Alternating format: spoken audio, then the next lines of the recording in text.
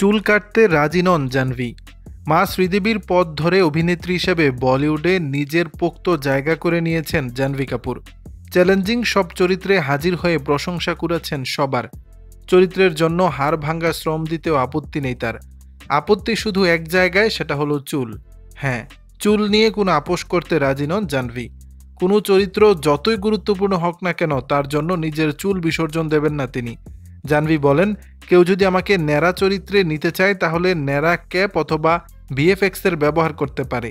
চরিত্রের জন্য আমার কাঁধ নড়ে গেছে, রক্তাক্ত হয়েছি, হাড় ভেঙেছি, কত ধরনের যন্ত্রণার মধ্য দিয়ে গেছি, কিন্তু ন্যাড়া হওয়া আমার পক্ষে সম্ভব নয়। এই শক্ত আপত্তির মূলে রয়েছে মায়ের প্রতি ভালোবাসা। জাহ্নবী বলেন, আমার মনে আছে ধারাক সিনেমার সময় আমি চুল কাটিয়েছিলাম। তখন মা সাফ বলে দিয়েছিলেন চরিত্রের জন্য যেন চুল না কাটাই।